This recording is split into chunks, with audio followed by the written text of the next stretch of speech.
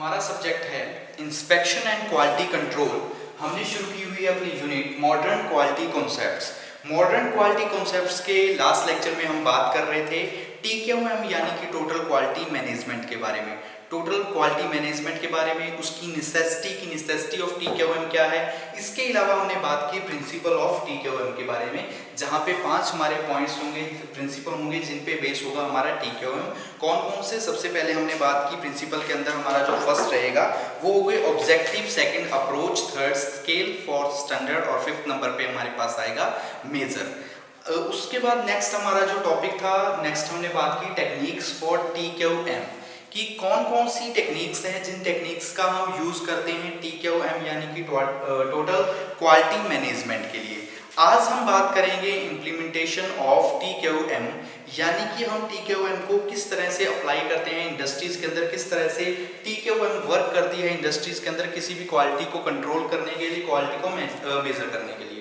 तो implementation of TQM के अंदर हम लिख सकते हैं कि ये क्या है, it is not an easy task. कि अगर हम बात करें कि इम्प्लीमेंटेशन करना चाहते हैं हम TQM का, तो ये एक इजी टास्क नहीं है, क्योंकि इससे पहले हमें क्या करना होगा, जो भी हमारी इंडस्ट्रीज का एक कल्चर बना हुआ है, जो हम पहले से टेक्निक्स जो यूज कर रहे थे, यानी कि TQM अप्लाई होने से पहले, TQM को लागू करने से पहले जो भी हम टेक्निक्स को यूज कर रहे थे, उन सभी टेक्निक्स को रिप्लेस करना होगा। जो भी रिस्पॉन्सिबिलिटीज हैं वो मैनेजमेंट को प्रोवाइड करवानी होगी। इसके अलावा continuous participation in all quantity, जो भी हमारी क्वालिटी इंप्रूवमेंट प्रोसेस है, और लगातार हमें क्या करना होगा, वर्क करते रहना होगा हमारी क्वालिटी को और ज़्यादा इंप्रूव करने के लिए। तो इसलिए अगर हम बोल सकते हैं कि TQM को अप्लाई करना किसी ऑर्गेनाइजेशन के अंदर एक इजी टास्क नहीं है। इससे पहले, अप्लाई करने से पहले हमें क्या करना होगा, जो भी रिस्पॉन्सिबिलिटीज़ हैं मैनेजमेंट को देनी होगी। इसके अलावा ऑर्गेनाइजेशन कल्चर है उसको चेंज करना होगा, और जो हमारी कंटिन्यूस पार्टिसिपेशन है, हमें कंटिन्यूस पार्टिसिपेट करना होगा क्वालिटी इंप्रूवमेंट करने के लिए, क्योंकि क्वालिटी को हमें कंटिन्यूसली क्या करना पड़ेगा, इंप्रूव करना होगा अगर हम TQM का यूज कर सकते हैं। इसके लिए नॉर्मली हमारा एक सर्कल होता है जिसको प्लान डू चेक एक सर्कल बोलते हैं, यानी कि PDCA सर्कल। एक PDCA सर्कल होता है जिस सर्कल का यूज करके हम TQM को अप्लाई कर सकते हैं हमारी इंडस्ट्रीज के अंदर और यूज कर सकते हैं। तो इम्प्लीमेंटेशन ऑफ TQM के अंदर हम लिख सकते हैं कि it is a not a easy task, ये इजी टास्क नहीं है। इसके लिए हमें क्या करना पड़ेगा, चेंज करना पड़ेगा कि जो भी हमारी रिस्पॉन्सिबिलिटीज हैं उन रिस्पॉन्सिबिलिटीज को चेंज करना होगा। इसके अलावा जो ऑर्गेनाइजेशनल कल्चर बना हुआ है पहले से, उस ऑर्गेनाइजेशन कल्चर को चेंज करना होगा, और हमें ज़्यादा इम्प्रूव करना, पार्टिसिपेशन करना होगा, हमें पार्टिसिपेट करना होगा इम्प्रूव करने के लिए। क्वालिटीज़ को दिन प्रतिदिन हमें क्या करना होगा, इम्प्रूव करना होगा। तो वो हम उस तरह से हम अप्लाई कर सकते हैं इस चीज़ को, TQM को अप्लाई कर सकते हैं ऑर्गेनाइजेशन के अंदर। इसके अलावा एक हमारी प्रोसेस होती है जिसको बोलते हैं प्लान डू एक्ट चेक, या फिर हम बोलते हैं PDCA, या फिर इसको हम क्या लिख सकते हैं, प्लान डू चेक एक्ट। कि ये हमारा फंडा होता है, इसका यूज करके, ठीक है, एक इस चीज को यूज करके हम क्या कर सकते हैं, अप्लाई कर सकते हैं, इम्प्लीमेंट कर सकते हैं, TQM को ऑर्गेनाइजेशन के अंदर यूज कर सकते हैं। तो वो किस तरह से वर्क करता है, सबसे पहले हमारे पास यहाँ होता है प्लान। सबसे पहले होता है प्लान। प्लान के अंदर क्या क्या चीजें होंगी, ठीक है, इसको शॉर्ट में लिख लेते हैं। यहाँ पे सबसे पहले हमारे पास होता है एक प्लान। तो प्लान के अंदर क्या होगा कि हमारा, मान लीजिए यहाँ पे हम एक सर्कल तैयार कर लेते हैं, उस सर्कल के अंदर इन सब चीजों को ड्रॉ कर देंगे। फॉर एग्जांपल मान लीजिए,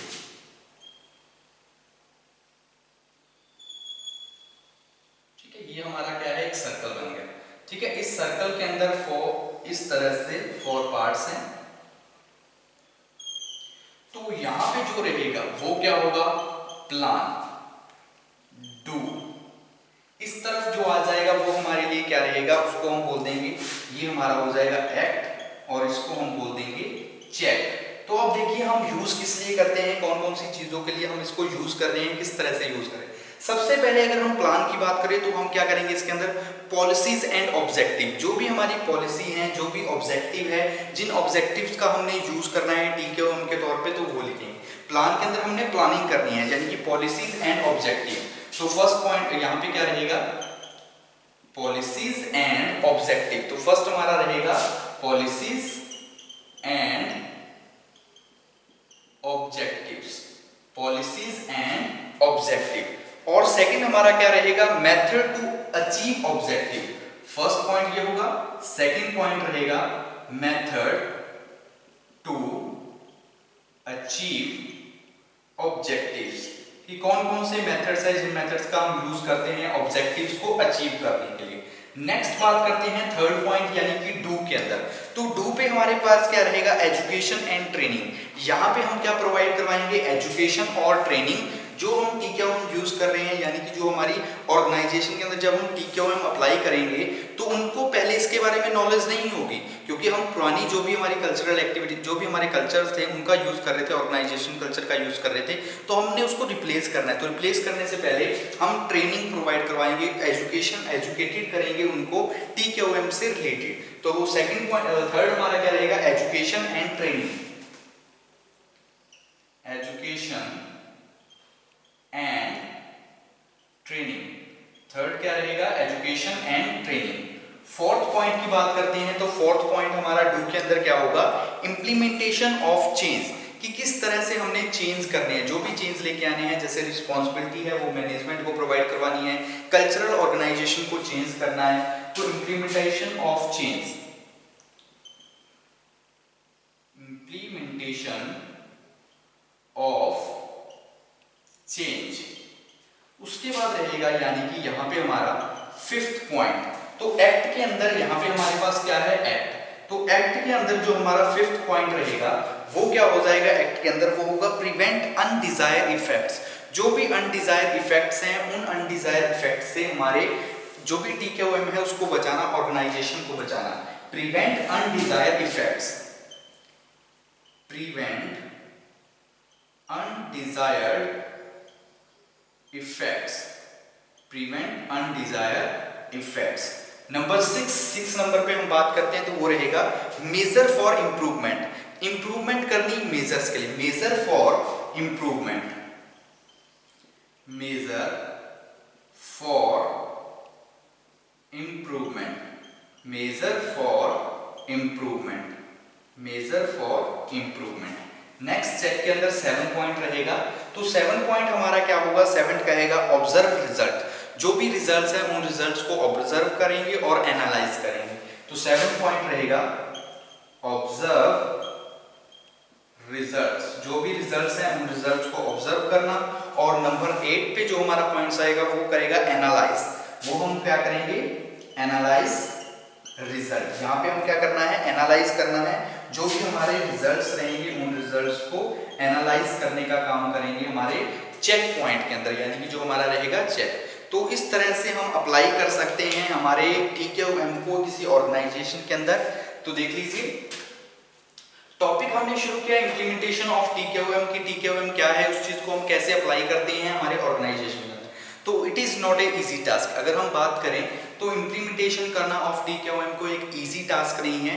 इसके लिए हमें क्या करना होगा, जो भी हमारे चेंज करनी होगी कि टोटल चेंज, कि it requires total change in organisation culture. जो भी हमारे ऑर्गेनाइजेशन कल्चर है उस कल्चर को टोटली हमें चेंज करना होगा। इसके अलावा shifting of responsibility to management, जो भी हमारी रिस्पॉन्सिबिलिटीज हैं उन रिस्पॉन्सिबिलिटीज को हमें शिफ्ट करना होगा मैनेजमेंट पे। और नेक्स्ट पॉइंट प्रिपरेशन, और प्रिपरेशन करनी होगी हमें क्वालिटी को और ज़्यादा इंप्रूव, कंटिन्यूसली क्वालिटी को इंप्रूव करने की। तब हम अप्लाई करेंगे हमारे टीकेओएम यानी कि टोटल क्वालिटी मैनेजमेंट को। इसके अलावा और हम क्या बात कर सकते हैं टीकेओएम के अंदर, कि नेक्स्ट हमारे पास क्या रहेगा कि इसके अंदर एक प्लान डू चेक एक्ट होता है, यानी कि जिसको पीडीसीए बोलते हैं, पीडीसीए यानी कि प्लान डू चेक एक्ट, जिसका हम यूज करके इंप्लीमेंटेशन कर सकते हैं टीकेओएम का। तो वो हम कैसे करेंगे, ये हमने पीडीसीए सर्कल तैयार किया। सबसे पहले हमारे पास जो रहेगा वो क्या होगा, प्लान। सबसे पहले हमारे पास क्या आएगा, प्लान। नेक्स्ट सेकंड पॉइंट पे हमारे पास रहेगा डू, थर्ड है एक्ट, और फोर्थ हमारे पास यहाँ पे आ जाएगा चेक। तो इन चीजों का यूज करके, ठीक है, इन चीजों का यूज करके हम क्या कर सकते हैं, इंप्लीमेंटेशन यानी कि प्लान डू चेक एक्ट, जिसको पीडीसीए सर्कल भी बोलते हैं, का यूज करके हम क्या कर सकते हैं, इंप्लीमेंटेशन कर सकते हैं हमारी किस चीज का, जो हमारी रहेगी टीकेओएम, उसको ऑर्गेनाइजेशन के अंदर हम यूज कर सकते हैं। नेक्स्ट हम बात करते हैं, नेक्स्ट हमारा टॉपिक रहेगा एडवांटेज ऑफ टीकेओएम।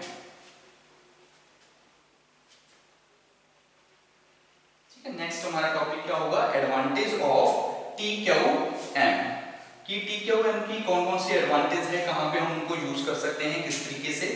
तो एडवांटेज ऑफ TQM टॉपिक हमारा बनेगा advantage of TQM, advantage of TQM।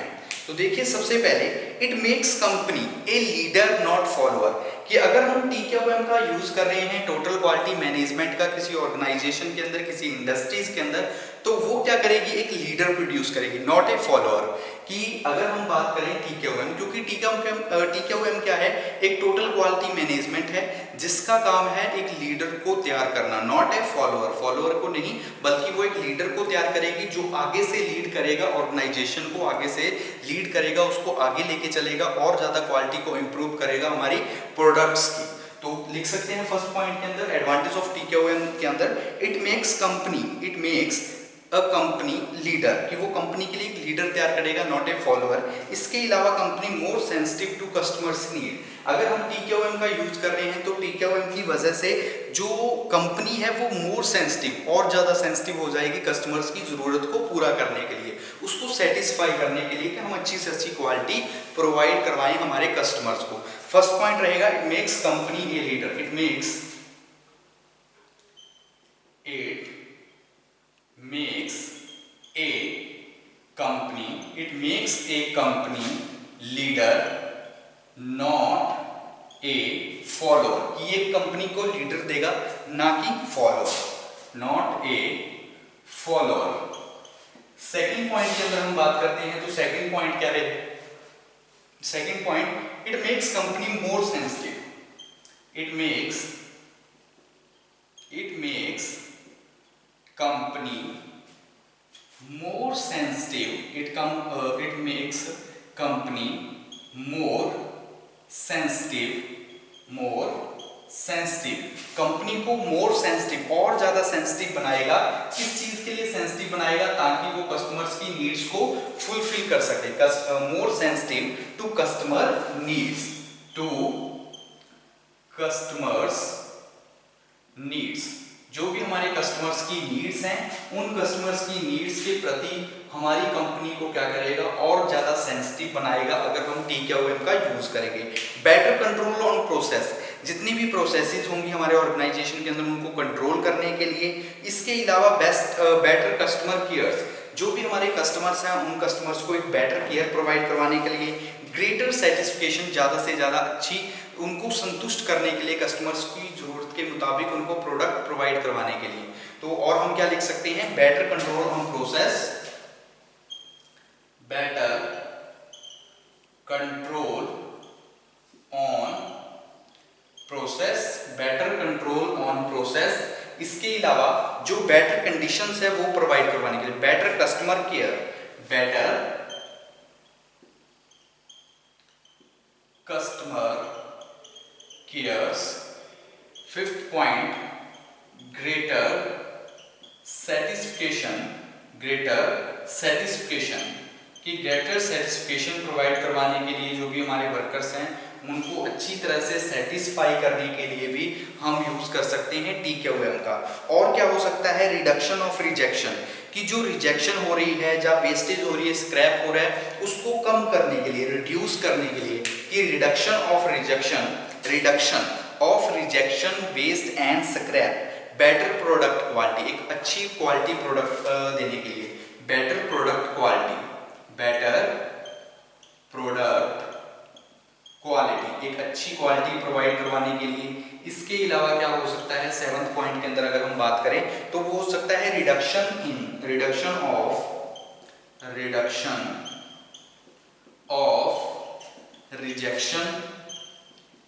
Waste and scrap, जो भी स्क्रैप है, वेस्ट है, ठीक है, वेस्टेज है, तो उन सब के अंदर वेस्टेज है, तो उन सबको क्या करने के लिए, रिड्यूस करने के लिए भी हम यूज कर सकते हैं TQM का। तो वो भी हम कंसीडर कर लेंगे एडवांटेज के अंदर, TQM के अंदर।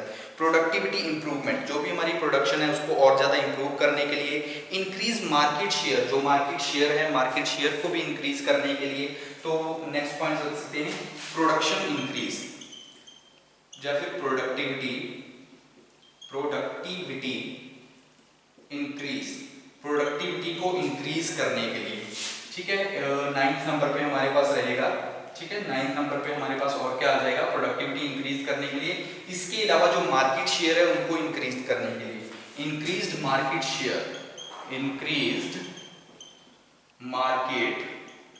शेयर, जो भी मार्केट शेयर्स हैं उन शेयर्स को इंक्रीज करने के लिए भी हम TQM यानी कि टोटल क्वालिटी मैनेजमेंट का यूज कर सकते हैं। Increase profit and better returns, कि हमें बेटर रिटर्न्स मिले, प्रॉफिट अच्छा मिले, तब भी हम यूज कर सकते हैं TQM का। इंक्रीज प्रॉफिट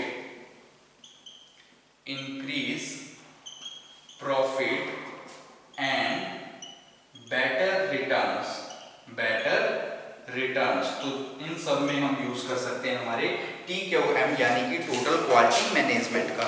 तो देख लीजिए एक बार टोटल क्वालिटी मैनेजमेंट यानी कि TQM के अंदर हमने क्या बात की कि TQM क्या है, यानी कि total quality management. TQM total quality management क्या क्या एडवांटेज है। सबसे पहले it makes a company leader not a follower, कि जो अगर हम इंडस्ट्री के अंदर TQM का यूज कर रहे हैं यानी कि टोटल क्वालिटी मैनेजमेंट का यूज कर रहे हैं, तो वो क्या करेगा, एक कंपनी को लीडर देगा, ना कि एक फॉलोअर। वो इसके अलावा second point, it makes company more sensitive to customers need.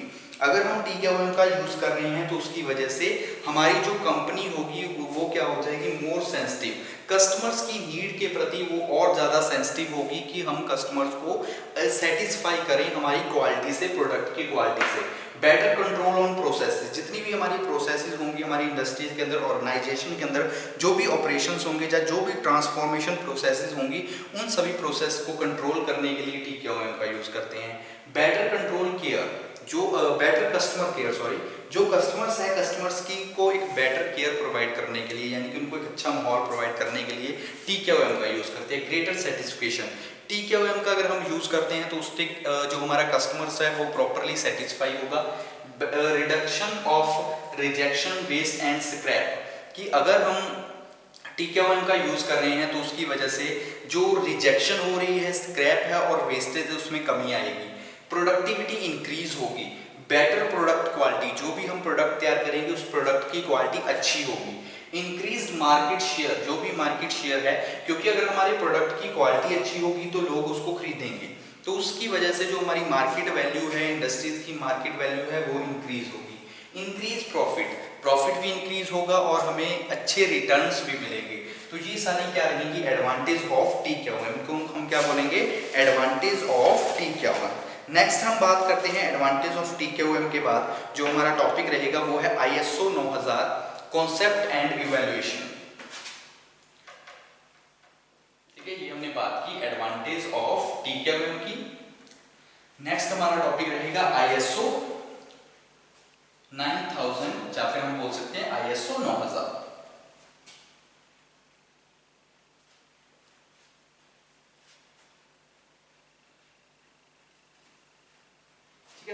Next हमारा टॉपिक शुरू करते हैं।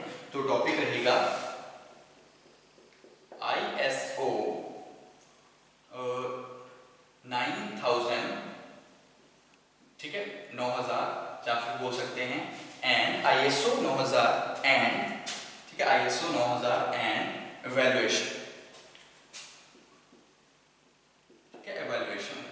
तो ये हमारा टॉपिक होगा। इसके नेक्स्ट हमारा टॉपिक मॉडर्न क्वालिटी कॉन्सेप्ट्स के अंदर ISO 9000 कॉन्सेप्ट लिख सकते हो या फिर वैल्यूएशन। तो देखिए कि द इंटरनेशनल ऑर्गेनाइजेशन, की जो हमारी इंटरनेशनल ऑर्गेनाइजेशन है उसका काम क्या है कि the international organization for standardization, यानी कि जिसको हम ISO भी बोलते हैं, was found in 1946 in Geneva, Switzerland. कि सबसे पहले जो हमारी ISO है यानी कि ISO, जिसको इंटरनेशनल ऑर्गेनाइजेशन ऑफ स्टैंडर्ड्स बोलते हैं, वो सबसे पहले फाउंड मिली, कब बनी थी, 1946 में। कहाँ पे बनी थी, जिनेवा। जो हमारा जिनेवा कहाँ पे है, स्विट्जरलैंड के अंदर। वो हमें कहाँ मिला था, जिनेवा, स्विट्जरलैंड। ठीक है, कि ISO जो सबसे पहले फाउंड किया गया था वो कब एस्टेब्लिश हुआ था, 1946 में, जिनेवा में। जिनेवा कहाँ पे है, स्विट्जरलैंड में, स्विट्जरलैंड में।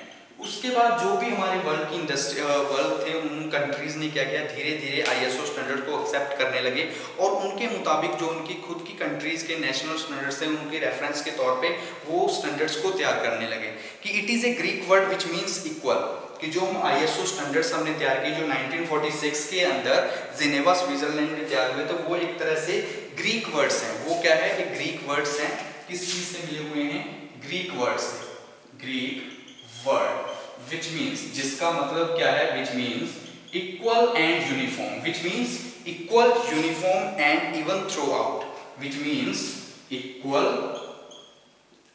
Uniform, equal uniform and equal uniform and equal uniform and even through out, even through out, even through out. तो ये हमारे क्या रहेंगे बेसिक जो हमारे क्या रहेंगे, जो हमारा ग्रीक वर्ड से बने हुए स्टैंडर्ड्स है जिनको आईएसओ 9000 भी बोलते हैं। यानी कि आईएसओ स्टैंडर्ड्स हमारे सबसे पहले अगर हम बात करें तो वो 1946 जिनेवा स्विट्जरलैंड में हुए थे।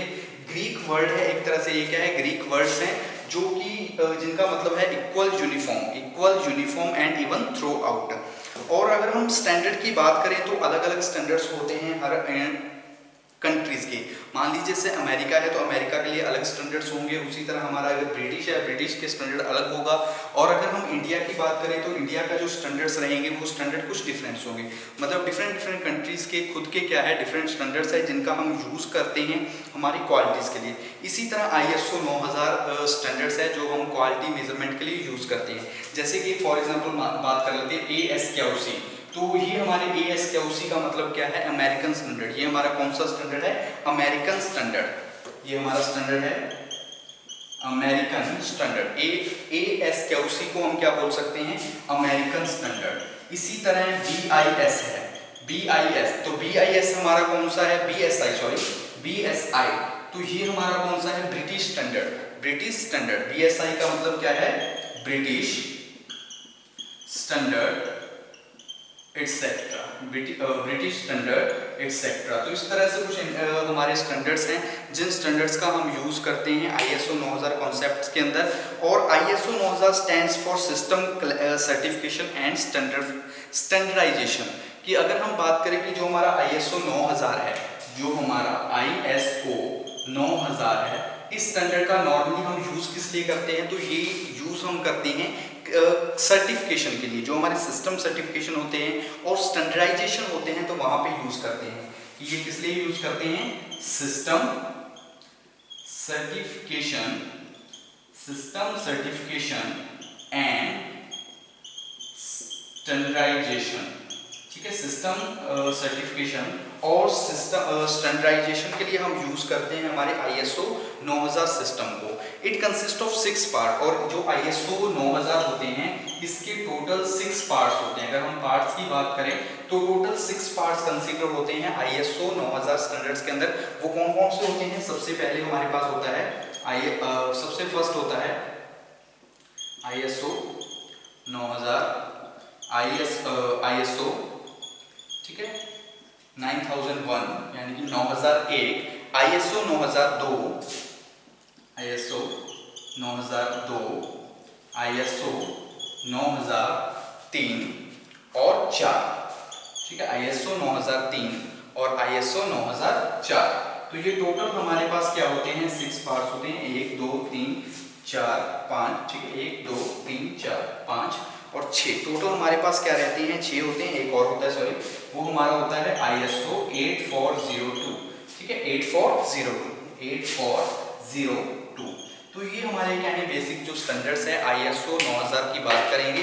आज के इस लेक्चर के लिए इतना काफ़ी। नेक्स्ट लेक्चर में हम बात करेंगे आईएसओ 9000 स्टैंडर्ड्स के आगे जो फंक्शंस हैं उन फंक्शंस के बारे में, एडवांटेज और डिसएडवांटेज के बारे में, किस तरह से हम इम्प्लीमेंटेशन करते हैं 9000 आईएसओ 9000 को, इंटरनेशनल स्टैंडर्ड, नेशनल स्टैंडर्ड्स, तो इन सब स्टैंडर्ड्स के बारे में हम बात करेंगे नेक्स्ट लेक्चर में।